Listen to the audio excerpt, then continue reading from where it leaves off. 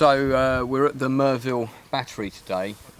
This is the third day of our recce trip for the movie Pegasus Bridge. The Merville Battery was another major action with the 6th Airborne committed on the first day. It went in a few hours after the assault on Pegasus Bridge.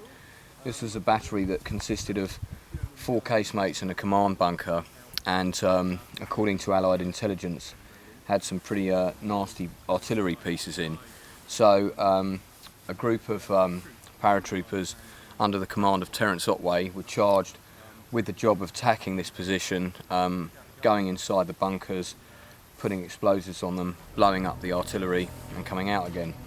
Just been told what had happened here, which was just so hard to believe. Again, it's just until you hear it firsthand, you just can't, you wouldn't believe it. I mean, they came in, they had over 700 men trained in England to overcome this area, because in this area within the bunkers there were artillery to take out the boats that were coming on the beach.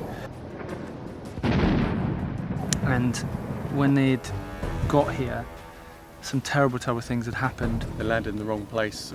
The Dakota planes dropped over 700 men into the swamps over that way. They were, I think, 800 metres short of the bunkers. But Rommel had put in the swamps what he called Rommel asparagus, which was stakes with landmines on the top. So the parachuters were falling on the landmines, blowing up, and also falling in the swamp, which they couldn't get out of.